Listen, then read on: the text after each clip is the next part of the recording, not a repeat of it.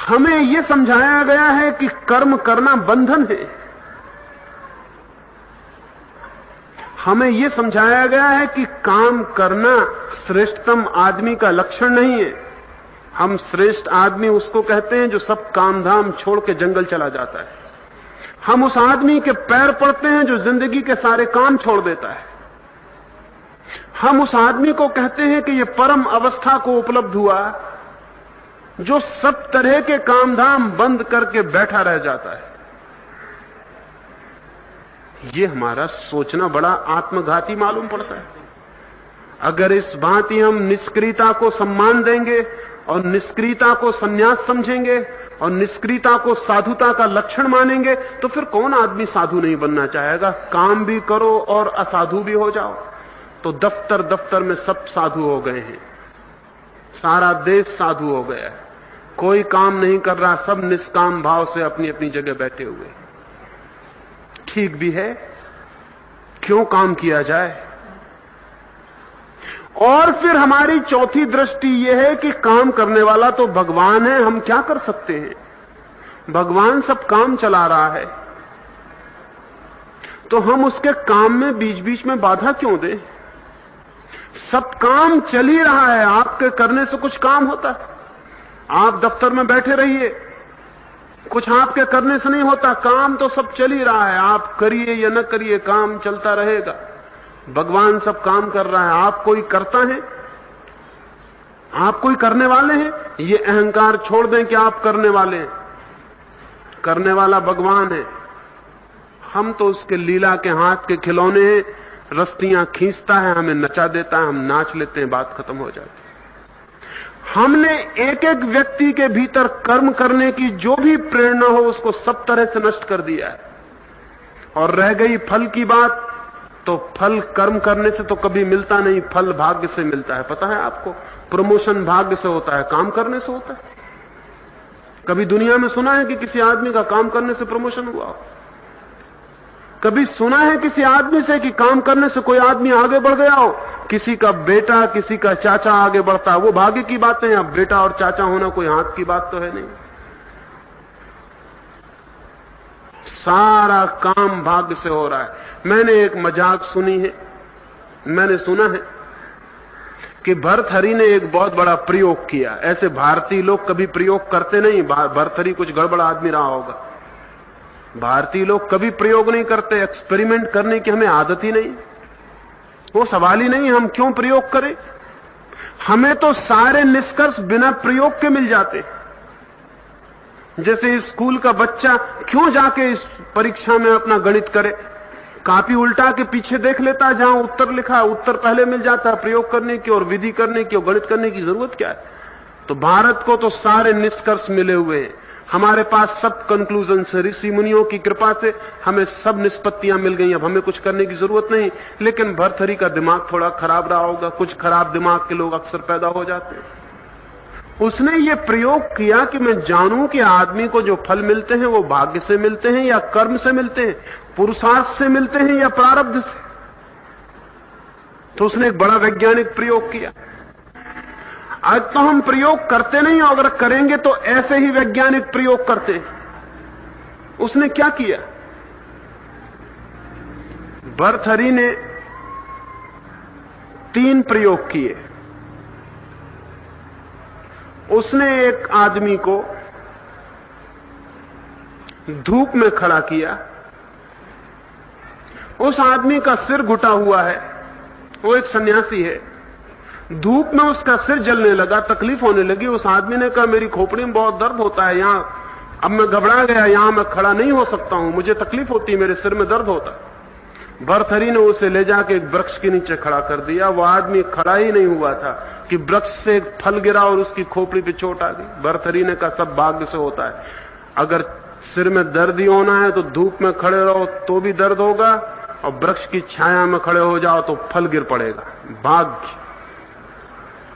भर्तहरि ने दूसरा प्रयोग किया। एक सांप को बंद कर दिया एक पेटी में और बैठ गया बाहर। भीतर जाने का कोई रास्ता नहीं है, बाहर निकलने का कोई रास्ता नहीं, सांप पेटी में बंद है। और भर्तरी देखता है कि देखें उसके भाग्य से उसे भोजन मिलता कि नहीं। एक पागल चूहा उस पेटी में छेद करने लगा। उसने पेटी में छेद किया, चूहा भीतर चला गया, भूखा सांप चूहे को खा गया और जो छेद चूहे ने किया था उससे बाहर भी निकल गया। भर्तरी ने कहा तय हो गया कि आदमी भाग्य से जीता है। सांप बंद था, चूहा भी पहुंच गया वहां और रास्ता भी बना दिया बाहर निकालने का। अब ये बेचारा भर्तरी अगर कहे कि ठीक है सब भाग्य से होता है, कुछ करने से नहीं होता, तो कुछ गलत कहता है? कोई भूल तो नहीं करता। ऐसे ही उसने कुछ प्रयोग किए और नतीजा निकाल लिया कि सब भाग्य से होता है। फिर भर्तरी सब छोड़ के चला गया। जब सब भाग्य से होता है तो हमें कुछ करना नहीं है। जो देश ऐसा समझता है कि सब भाग्य से होता है, उस देश में फिर कुछ करने का प्रश्न नहीं रह जाता। और हम सब भाग्यवादी हैं। फल तो भगवान देता है और फल बदा है तो मिलेगा, तो फिर कर्म करने का क्या सवाल है? हमने कर्म को और फल को तोड़ लिया होशियारी से। फल बिना कर्म के भी मिल सकता है। ये बात धीरे धीरे संस्कारित हो गई, दिमाग कंडीशनड हो गया और सारे मुल्क के मन में ये बात पैदा हो गई कि सब भाग्य से होता है, सब भाग्य से होता है। ये वृत्ति इतनी गहरी बैठ गई है कि कोई भी अब कुछ करना नहीं चाहता है। 1000 साल हम गुलाम थे, हमने कुछ भी नहीं किया। हम कुछ भी ना करते।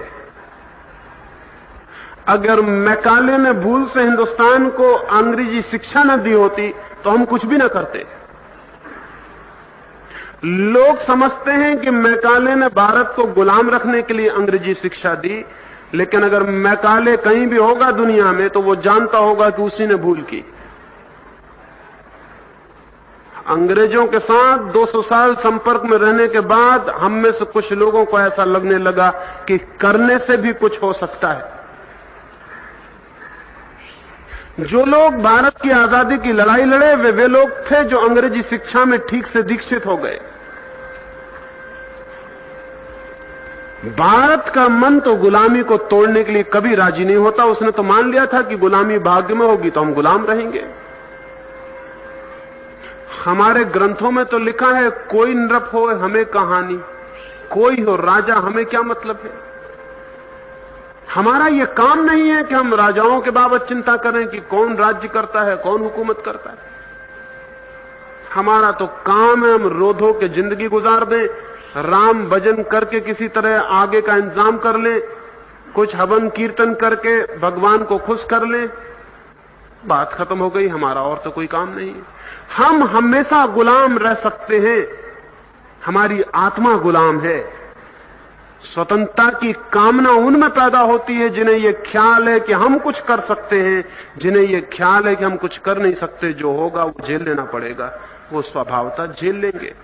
इसीलिए हम इतनी दरिद्रता झेल रहे हैं। दुनिया में कोई कौम इतनी गरीबी झेलने को राजी नहीं हो सकती। या तो मर जाएगी या गरीबी को तोड़ने के लिए कुछ करेगी। लेकिन हम इतनी भयंकर गरीबी झेल रहे हैं, चुपचाप झेल रहे हैं, बड़े मजे से झेल रहे हैं, बल्कि कहना चाहिए बड़े संतोष और शांति से झेल रहे हैं। ये कैसे संभव हुआ? क्या हमारे भीतर प्राण ही समाप्त हो गए हैं? कोई चोट नहीं लगती कहीं? नहीं, गरीबी है तो हम सोचते हैं कि पिछले जन्मों के कर्मों का कोई फल है, भाग्य बिगड़ गया है इसलिए गरीबी झेल रहे हैं। आगे भाग्य ठीक हो जाएगा तो सब ठीक हो जाएगा। लेकिन हम कुछ भी नहीं करेंगे। हिंदुस्तान आजाद हुए 20 साल हो गए। 20 सालों में सिवाय भीख मांगने के हमने दुनिया में और कुछ भी नहीं किया। लेकिन एक लिहाज से ये भीख मांगना बड़ा परंपरागत है। हिंदुस्तान में जो श्रेष्ठ जन रहे हैं वो हमेशा भीख ही मांगते रहे हैं। भिक्षा वृत्ति को श्रेष्ठतम वृत्ति कहा है हमारे शास्त्रों ने। व्यवसाय वगैरह में तो पाप भी लगता है, भिक्षा वृत्ति में कोई पाप नहीं लगता। और ठीक हमारे सब महापुरुष भीख मांगते हैं। बुद्ध महावीर से लेकर विनोबा भावे तक सबका काम भीख मांगना है।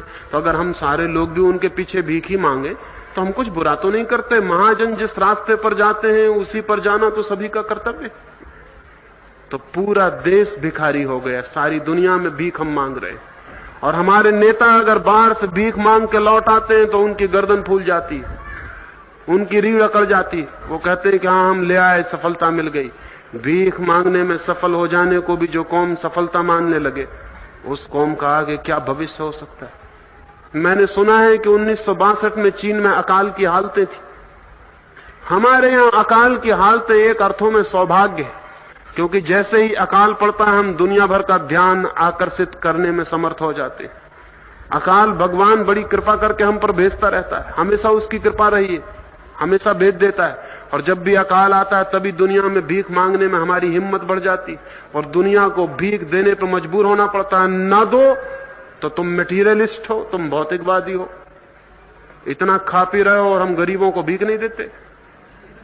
हम अध्यात्मवादी हैं, जगत गुरु हैं, हमें भीख चाहिए। तुम्हारा कर्तव्य सारी दुनिया का कि जगत गुरु को पालो और पोसो। चीन में 1962 में अकाल की हालत थी। इंग्लैंड के कुछ मित्रों ने एक जहाज पर बहुत सा सामान, भोजन और कपड़े चीन भेजे। चीन से वो जहाज सीधा का सीधा उल्टा वापस कर दिया गया और उस जहाज पर बड़े बड़े अक्षरों में लिख दिया गया कि धन्यवाद, लेकिन हम किसी भी हालत में भीख स्वीकार करने को राजी नहीं। हम मर जाना पसंद करेंगे लेकिन भिखारी होना नहीं। ये कुछ समझ में आने वाली बात मालूम पड़ती, लेकिन चीन के आदमी तो राक्षस हैं। उनको पता ही क्या, चीन के आदमी कोई आदमी है? आदमी हम हैं। हमने तो बड़े होशियारियों के काम किए। हमारे मुल्क में जिसको भिक्षा दो वो आपको धन्यवाद नहीं देगा। धन्यवाद आप उसका करना कि उसने आपकी भिक्षा स्वीकार कर ली। पता है आपको, पहले भिक्षा दो फिर पीछे दक्षिणा दो। दक्षिणा है धन्यवाद कि आपने हमारी भिक्षा स्वीकार की, बड़ी कृपा की। तो पश्चिम से, अमेरिका से, रूस से अगर हम भिक्षा स्वीकार करते हैं, वो लोग अभी ना समझ हैं, उन्हें ठीक संस्कृति का ज्ञान नहीं है। पहले भिक्षा देनी चाहिए फिर दक्षिणा देनी चाहिए बाद में कि आपकी बड़ी कृपा कि हे ब्राह्मण देश, तुमने हमारी भिक्षा स्वीकार कर ली, अब दक्षिणा भी स्वीकार करो। और हम उनको आशीर्वाद देके कि तुम इसी तरह फलो फूलो ताकि आगे भी भिक्षा दे सको। 20 साल से हम सिवाय भीख मांगने के कुछ भी नहीं कर रहे और आगे भी हम इसी आशा में बैठे हुए हैं कि हम भीख आगे भी मिलती रहेगी। ये भीख कब तक मिलेगी? दुनिया में अब तक आदमी भिखारी थे, राष्ट्र का राष्ट्र भिखारी हमारा पहली बार हुआ है। ये अनहोनी घटना है पूरे इतिहास में। और कभी समय बेसमय कुछ सहायता मिल जाए एक बात है, लेकिन भिक्षा को वृत्ति बना लेना और उसी पर जिए चले जाना। अभी मैं एक अमेरिकी विचारक की किताब पढ़ता था। किताब का नाम है 1978 और उसने लिखा है कि 1978 में भारत में एक महानतम अकाल के पड़ने की संभावना है। ऐसा अकाल विश्व इतिहास में कभी भी नहीं पड़ा होगा। अगर सारी दुनिया ने भीख नहीं दी तो उस अकाल में हिंदुस्तान में 10 करोड़ से लेकर 20 करोड़ लोगों तक के मरने की संभावना पैदा होगी। दिल्ली में एक बड़े नेता से मैंने कहा, उन्होंने कहा 1978 अभी बहुत दूर। 1978 नेता कहते हैं बहुत दूर। नेताओं को चुनाव के सिवाय और कोई चीज पास मालूम पड़ती ही नहीं और सब चीजें दूर। 1978 दूर। और मकान में आग लग जाए तब कुएं खोदने पड़ते हैं। 1978 से और ज्यादा क्या पास हो सकता है? लेकिन नेता कहते हैं 1978 दूर है। साधु सन्यासी कहते हैं कि बच्चे पैदा करो क्योंकि बच्चे भगवान भेजता है। तुम बच्चे पैदा करो, साधु सन्यासी समझाते हैं, क्योंकि बच्चों पर रोक लगाना बड़ा पाप है। जो आत्माएं जन्म लेना चाह रही उन्हें तुम रोक सकते हो, भगवान जानता है। और साधु सन्यासी समझाते हैं कि जो चोंच देता है वो चून भी देता है, जो मुंह देगा वो रोटी भी देगा। नेता कहते हैं 1978 दूर है, सन्यासी कहते हैं बच्चे पैदा करते चलो। 1978 जोर से छाती पे आ जाएगा, आ ही रहा है। हिंदुस्तान पाकिस्तान का बंटवारा हुआ तो जितनी आबादी पाकिस्तान में गई थी उससे डेढ़ी आबादी हमने 20 साल में फिर पैदा कर ली। वो जिन्ना बड़ी गलती में थे। अब हजरत को पता चला होगा कि तुम भारत को कभी कम नहीं कर सकते। 40 करोड़ की आबादी थी, अब 52 करोड़ की आबादी भारत में। हिंदुस्तान पाकिस्तान की मिला के 40 करोड़ थी, अब अकेले हिंदुस्तान की 52 करोड़। अब मियां जिन्ना बहुत पछताते होंगे कि हमने बहुत गलती कर ली। भारत को तुम कभी कम नहीं कर सकते हो। ये कौम बड़ी अद्भुत है, ये और कुछ पैदा नहीं करती, सिर्फ बच्चे पैदा करती, और बच्चे इतनी तादाद में पैदा करती है कि और कुछ पैदा करने की जरूरत भी नहीं रह जाती। अरे जहां हम आदमी पैदा कर लेते हैं, क्या मशीनें बनाएंगे? हम अध्यात्मवादी लोग हैं, हम मशीनें नहीं बनाते। हम गेहूं पैदा नहीं करते, ये सब भौतिक चीजें हैं। हम तो आत्माएं पैदा करते हैं, हम तो आदमी पैदा करते हैं। अध्यात्मवादी लोग आत्मा ही पैदा करते हैं। मशीनें, गेहूं, ये सब मटेरियलिस्ट, ये सब भौतिकवादियों का काम है। ये पश्चिम के नासमझ इस तरह के काम करते हैं। हम बड़े समझदार हैं, हम असली चीज पैदा करते हैं। आदमी पैदा कर दिया और सब पैदा हो गया। आदमी ही तो मेजरमेंट है, वही तो सब चीज का मूल है, उसको ही हम पैदा कर देते हैं। आदमी सर्वश्रेष्ठ है, दुनिया में सबसे ऊंची चीज वही है। हम सबसे ऊंची चीज पैदा करते हैं, दूसरे लोग नीची चीजें पैदा करते हैं। इसलिए हम बड़े प्रसन्न भी हैं। लेकिन ये प्रसन्नता बहुत दिन नहीं चलेगी, और ये प्रसन्नता बहुत झूठी है और खतरनाक है और महंगी पड़ रही। और आज नहीं कल देश बड़े संकटों में गुजरता जाएगा, रोज नए संकटों में पहुंचता चला जाएगा। लेकिन अगर कोई इन संकटों के प्रति आगाह करे तो वह आदमी बहुत बुरा मालूम पड़ता है, क्योंकि वह हमारी नींद तोड़ने की कोशिश करता है।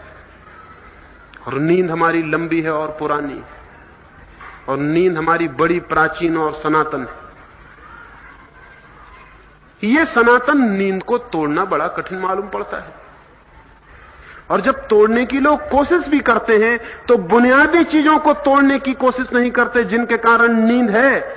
वो सिर्फ आदमी को समझाने की कोशिश करते हैं कि काम करो, उत्पादन करो, ये करो, वो करो, आराम हराम है, फला ढिका, ये सब वो कहते हैं। लेकिन बुनियादी सूत्र जिनकी वजह से आदमी हमारा आलस, काहिल और प्रमादी हो गया है, बुनियादी कारण जिनके कारण हमारा आदमी श्रम करने में असमर्थ हो गया है, बुनियादी सिद्धांत जिनके कारण हमने मनुष्य की आत्मा को जकड़ के गुलाम बना दिया है, बुनियादी कारण जिनकी वजह से मनुष्य की वो चेतना, चुनौती, जीवन को जीतने और बदलने की छूट गई है, टूट गई है, उनको बदलने की हम कोई बात ही नहीं करते।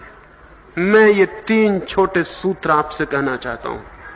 अगर हिंदुस्तान के भाग्य को जगना है तो हिंदुस्तान को स्वर्ग आकाश में है, ये भ्रांति जड़ मूल से उखाड़ के फेंक देनी चाहिए। साथ ही यह भी स्पष्ट समझ लेना चाहिए कि स्वर्ग मिलता नहीं, निर्मित करना होता है। यह भी समझ लेना चाहिए कि स्वर्ग कोई व्यक्तिगत कामना नहीं है, सामूहिक अर्जन है। कोई एक आदमी स्वर्ग निर्मित नहीं कर सकता।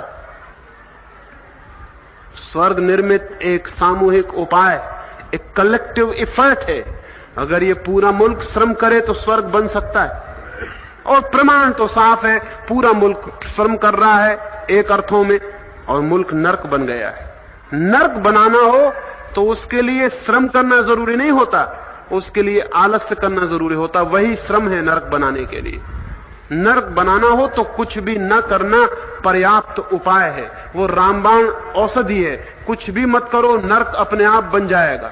लेकिन स्वर्ग बनाना हो तो कुछ करना पड़ेगा। सम्यक दिशा में सामूहिक प्रयास से कुछ निर्मित करना पड़ेगा। पहली बात, स्वर्ग आकाश से हटाकर पृथ्वी पर लाना है, तो हम सक्रिय हो सकते हैं। दूसरी बात, ये जगत माया और सपना नहीं है, जगत बहुत यथार्थ है। और जब तक हम जगत के यथार्थ को, उसकी रियलिटी को स्वीकार नहीं करते, तब तक हम जगत के साथ श्रमरत भी नहीं हो सकते हैं। सपनों में कोई श्रमरत होता है? सपनों के साथ कोई मेहनत करता है? ड्रीम्स के साथ कोई उलझता है? भारत में हम सपना समझ रहे हैं जीवन को, इसलिए विज्ञान और साइंस का जन्म नहीं हो सका। साइंस वहां पैदा होगी जहां बाहर का जगत एक रियलिटी है, एक यथार्थ है, क्योंकि यथार्थ से ही विज्ञान पैदा हो सकता है। सपनों से विज्ञान पैदा नहीं हो सकते। सपनों में सत्य कैसे खोजा जा सकता है? सपनों में सत्य कभी नहीं खोजा जा सकता। इसलिए जो देश बाहर के जगत को, जीवन को, प्रकृति को माया समझता हो, वो देश कभी वैज्ञानिक नहीं हो सकता। और जो देश वैज्ञानिक नहीं हो सकता, वो अपने हाथ से अपनी मौत निकट बुला रहा है। तो दूसरी बात ध्यान रखनी जरूरी है, जीवन एक सत्य है और जीवन को असत्य कहने की कोई आवश्यकता नहीं है। और कितना ही हम चिल्लाएं कि जीवन असत्य है, जीवन असत्य नहीं हो जाता। जीवन को असत्य कहने से सिर्फ हम पंगु नपुंसक हो जाते हैं और कुछ भी नहीं होता है। हम इंपोर्टेंट हो जाते हैं। और भारत एक इंपोर्टेंसी में, एक नपुंसकता में हजारों साल से गुजर रहा है। लेकिन जितने हम दीनहीन होते चले जाते हैं, उतना ही हम जोर शोर से शोर मचाते हैं कि हम महान देश हैं, धार्मिक देश हैं, जगत गुरु हैं, धर्म भूमि है, फला है, ढिका है। ये सब कमजोरी के लक्षण हैं। कमजोर आदमी अपनी कमजोरी छिपाने के लिए उल्टी बातें दोहराना शुरू कर देता है। भिखारी अक्सर सपना देखते मिलेंगे सम्राट होने का। भिखारी अक्सर कहते मिलेंगे कि मेरा बाप इंस्पेक्टर था। वो भिखारी का जो मन है, वो बाप दादों की तारीफ करके किसी तरह कंसोलेशन और सांत्वना पाना चाहता है। जो कौम अपने बाप दादों की बहुत बात करने लगे, समझ लेना कि उस कौम की जान निकल गई। जिस कौम में जान होती है, वो आने वाले बेटों की बात करती है, और जो कौम की जान निकल जाती है, वो मर गए बाप दादों की बात करती है। रूस के बच्चे आने वाले बेटों की बात कर रहे हैं। रूस की पीढ़ी आने वाले बच्चों पर आंख लगाए हुए, आशाएं उनकी बड़ी हैं, चांद तारों पर बस्तियां बसाने के इरादे हैं। और हम रामलीलाएं देखते हैं और याद करते हैं अपने बाप दादों की कि कभी कोई थे, बड़े प्यारे थे राम। लेकिन रामलीला ही देखते जाना बहुत खतरनाक सिद्ध हो सकता है। भविष्य आगे कुछ होने को है, वो हमारा ख्याल भूल गया, क्योंकि हम इतने कमजोर हैं कि हमें कोई आशा नहीं कि हम कुछ कर सकते हैं। अतीत हो चुका, भविष्य होना है। और जो कौम पीछे की तरफ ही देखती चली जाती और बाप दादों की याद किए चली जाती, वो कौम भविष्य को निर्माण करने का हक खो देती है, पात्रता खो देती। तो जरूरत है इस बात की कि हम ये भूल जाएं कि हम बहुत बड़ी कौम हैं, बहुत बड़े देश हैं। हम नहीं हैं। हम हो सकते हैं, लेकिन होने के लिए कुछ करना पड़ेगा। सिर्फ नेताओं के भाषण से ये नहीं होगा। जिस देश में बहुत भाषण होने लगे, समझना चाहिए उस देश ने करने की क्षमता खो दी। जो लोग कुछ नहीं कर पाते, फिर एक ही बात रह जाती है कि बातचीत करके मन को बहलाएं। फिर एक ही रास्ता रह जाता है, हम बातचीत कर लें और खुश हो लें। जब कोई प्रशंसा करता है कि महान देश है, तब हमारी छाती फूल जाती थोड़ी देर को, और हम बड़े खुश होकर घर लौट जाते हैं कि बड़े महान देश में हम पैदा हुए, तो हम भी बड़े महान हैं। लेकिन इस तरह की नासमझियों, इस तरह के झूठे सांत्वनाओं से देश आगे नहीं बढ़ सकता है। तो दूसरी बात ध्यान रखनी जरूरी है कि बाहर का जो जगत है वो उतना ही सत्य है जितना भीतर का जगत। अकेले भीतर के जगत के सत्य होने की जो बात करेंगे, वो समाज धर्म तो पैदा कर लेगा, लेकिन विज्ञान पैदा नहीं कर पाएगा। धर्म शांति दे सकता है, शक्ति नहीं। शक्ति विज्ञान देता है, विज्ञान शांति नहीं दे सकता। लेकिन निशक्त आदमी की शांति का भी कोई अर्थ नहीं होता। शांति के बाहर अगर शक्ति का साथ न हो, शांत आत्मा के पास अगर शक्तिशाली व्यक्तित्व न हो, तो ये शांत आत्मा भी बहुत जल्दी गुलाम बना ली जाएगी। इस शांत आत्मा को जीने का हक नहीं मिल सकता। जीवन एक विराट संघर्ष है। उसमें भीतर एक शांति चाहिए जो कभी कपती ना हो, और बाहर एक शक्ति चाहिए जो पराजित ना होती हो। बाहर कोई शक्ति नहीं, बाहर माया है, बाहर सपना है, बाहर एक झूठ है। उस झूठ में कैसे शक्ति पैदा की जा सकती है? दूसरा सूत्र है, बाहर के यथार्थ का अंगीकार चाहिए। बाहर को यथार्थ देने की क्षमता चाहिए, बाहर के यथार्थ की स्वीकृति चाहिए। और तीसरी बात, भाग्य नहीं, भाग्य बिल्कुल नहीं है। भाग्य जैसी कोई चीज नहीं है। वो जो हमें भाग्य जैसा मालूम पड़ता है वो हमारे सामूहिक पुरुषार्थ का फल है, लेकिन एक एक व्यक्ति को वो भाग्य जैसा मालूम पड़ता है। एक व्यक्ति बहुत छोटा है, समूह बहुत बड़ा है, जगत बहुत बड़ा है, उस जगत में एक एक व्यक्ति की शक्ति बहुत छोटी है। सारे जगत के उपक्रम के बीच वो अकेला आदमी कई बार हार जाता है, नहीं सफल हो पाता, सोचता है हार गया, भाग्य विरोध में आ रहा है। भाग्य विरोध में नहीं आ रहा, विराट उपक्रम है जगत का। उस विराट उपक्रम में आप अकेले नहीं हैं कि जो आप करना चाहें वही कर लें। बहुत बार आप नहीं भी कर पाएंगे, क्योंकि हजारों और क्रॉस करेंट्स हैं जो आपके मार्ग से गुजर रही हैं। उन सबको ध्यान में रख के कुछ करना पड़ेगा। लेकिन अगर समूह तय करे तो भाग्य को बदलना बहुत आसान है। समूह तय करे तब तो भाग्य को बदलना बहुत आसान है। लेकिन समूह कैसे तय करेगा जब एक एक व्यक्ति ये मानता है कि भाग्य निर्धारित है? तो फिर बहुत कठिन हो जाता है। भारत के मन से भाग्य को बिल्कुल हटा देना है, तब भारत का मन मुक्त होगा, सक्रिय होगा, कुछ काम करने में लगेगा। और हम कुछ काम करेंगे तो हमें विश्वास आएगा कि काम से कुछ होता है। जब हम काम नहीं करेंगे तो विश्वास आता ही चला जाएगा कि भाग्य से ही कुछ होता है। हजारों साल से काम नहीं कर रहे हैं तो भाग्य की धारणा गहरी से गहरी और मजबूत होती चली गई। एक विशियस सर्किल है, एक दुष्ट चक्र है।